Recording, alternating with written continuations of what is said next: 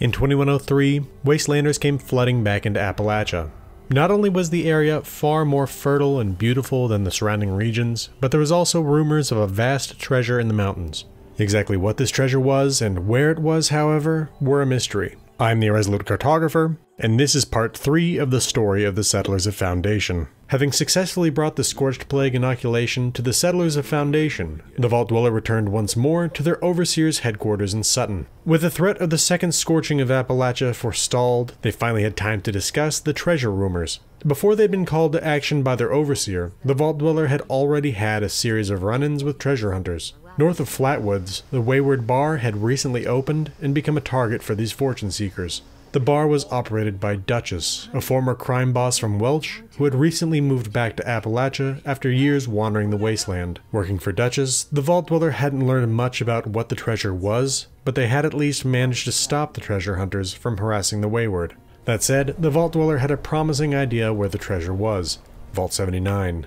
In early 2103, before the Wastelanders came into the area, the Vault Dweller had investigated a strange series of events that occurred across Appalachia. Thanks to an error made when setting a timer in the Clarksburg post office, a series of packages had been dispatched across the region by postal bots over 25 years after the bombs. The order for these deliveries had been placed by Flavia Stabo, the owner-operator of the Grafton Pawn Shop. Addressed to community leaders, journalists, and politicians across Appalachia, each of these packages contained a letter of introduction and a piece of evidence related to a conspiracy to cover up a large-scale clandestine operation north of Berkeley Springs. These pieces of evidence ranged from the mundanities of inexplicably heavy shipments traveling to the area, to several suspicious deaths in the area, and even all the way up to the supposed Chinese spy, Shanghai Sally, who fled Berkeley Springs and led the authorities on a multi-thousand-mile chase across the country. After piecing all this information together, the Vault Dweller was led to the hidden entrance of Vault 79 and the likely grave of Flavia Stabo. Like most vaults in the region, the door remained sealed, and there was nothing concrete about the details of its contents. Though the Vault Dweller had exhausted their own leads on the vault just in tracking it down, the Overseer had an idea how to discover its contents.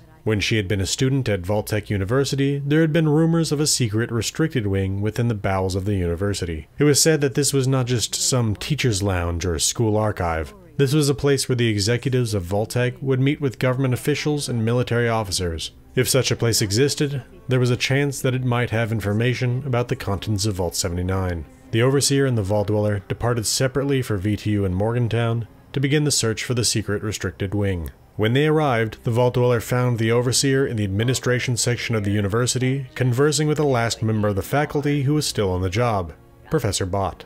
Professor Bott wasn't willing to discuss the rumored restricted wing, at least not with non-credentialed individuals. He laid out one condition for any assistance he might provide: the completion of an Overseer candidate final exam. His programming dictated that he continue to process graduates for the university, and he wasn't going to deviate from it. As the Overseer had already passed this exam, she wasn't eligible, but the Vault Dweller was free to try. The Vault Dweller agreed to his demand, and proceeded to the test vault, where they would have to mediate a dispute between members of the Mr. Handy janitorial staff, who were acting out a factional dispute within. The Vault Dweller had been in the test vault before, just in the process of exploring the old university. It was on that previous trip that they had learned the terrible story of the last experiment run in the vault. Beginning on October 16, 2077, the student Overseer, Drew Collingsworth, was attempting to evaluate a food replacement he had developed. Rather than the typical vault fare, he had produced a nutritious paste that could be flavored by preference, and his goal was to determine if people could stomach eating food with the same texture day in and out. If they could, this paste would have effectively increased the food storage capacity of the vaults, as it took up less space for the same nutritional content. Unfortunately, he wasn't the only one running an experiment. Dean Harland Elliott was running his own test. In this test, Drew's paste was contaminated with an artery clogging agent that killed a man within days of the vault experiment starting. When Drew Collingsworth discovered that his food was killing people, he attempted to have the experiment called off, but received no response from outside. It turned out to be the case that the world had ended 1 week into the experiment, but no one had bothered to let the students out of the vault. With no chance of rescue from the outside, they faced death by starvation or from rapid onset cardiovascular disease. Professor Bott's experiment was far less horrifying. Upon entering the test vault and stepping over the skeletons from the last experiment, the Vault Dweller found Security Chief Robinson, who explained the situation. The simulated medical and engineering staff were fighting, and the two factions were coming close to blows. There was a reactor leak, and Kellerman, the apprentice to the head of engineering, had run in to fix it, and was dead. In response to these events, Dr. Loris, the head of medical, had refused to send aid to the engineer, and had in fact quarantined the reactor area. Brass, the head of engineering, accused Dr. Loris of murder, and days later, Estella, an assistant to Dr. Loris, went missing, leading to accusations of a revenge killing. With this information in hand, the Vault Dweller descended into the atrium and began to question the Mr. Handys playing their roles. Dr. Loris explained that he had sealed the reactor area to prevent others from becoming sickened or dying due to the leak. He suggested that head engineer Brass was paranoid and fixated on revenge. If the overseer approved, Loris suggested that he could put Brass under medical supervision.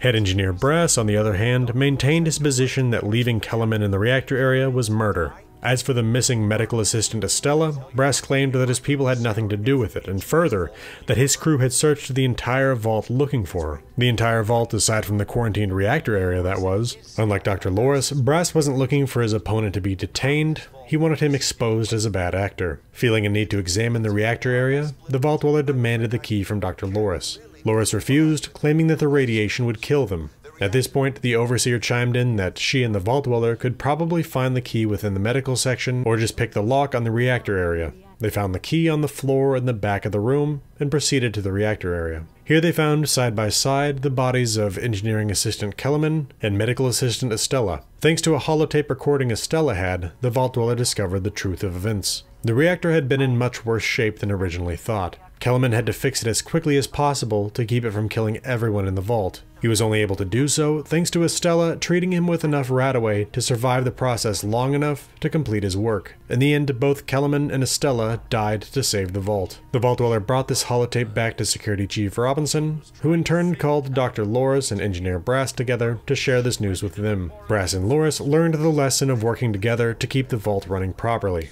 and with that, the Vault Dweller passed their exam. On returning to Professor Bott, the Vault Dweller was named a graduate of VTU and was granted access to the restricted wing.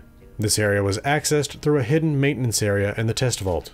Together, the Vault Dweller and the Overseer returned to the test vault and made their way into the hidden maintenance area. Despite the access granted by Professor Bott, they were attacked by security robots in this section. After clearing the way forward, they finally arrived at the entrance to the secret restricted wing of Vault-Tec University. Within, they found a film presentation dedicated to Vault 79. The story it told revealed that the rumored treasure wasn't just real, it was unbelievably valuable.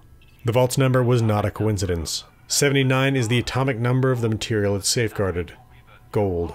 While this was a promising start, the film soon made clear that the gold this vault held was the entirety of America's gold reserve, transferred from Fort Knox just before the bombs. This massive stockpile of gold had been intended by the federal government to serve as a backing for a new American economy in the aftermath of the war. The fact that this plan was becoming known a full 26 years after the bombs made it clear that things were not going according to that plan. Despite this disappointment, the massive accumulation of material wealth could still be used by the 76ers for its original purpose. For that to happen though, the 76ers were first going to need to get into the vault, and that was not something the Overseer and the Vault Dweller could do on their own. They were going to need help. The Vault Dweller departed VTU and returned to Page at Foundation, bringing with them the plans for the vault in the hope of enticing him to cooperate on gaining access to the treasure within. Initially, Page was confused, and he assumed that the Vault Dweller wanted the settlers to build the vault in the plans. When the Vault Dweller revealed the contents of the vault, Page was interested, not so much in the abstract of restoring commerce, but more so in terms of what the gold could do for his people.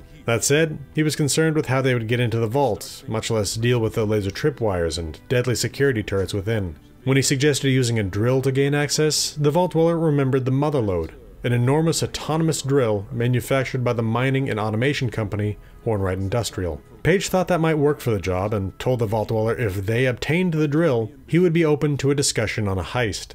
With that, the Vault Dweller departed Foundation once more, this time heading for Hornwright Industrial's Charleston headquarters. Alright, that should do it for this episode. When we come back for episode 4, we'll find the drill that will get the settlers of Foundation into Vault 79, and recruit a scientist to our cause along the way. A special thank you to my patrons, and thanks to all who came by to watch this video. This has been the Irresolute Cartographer. I'll see you again next time.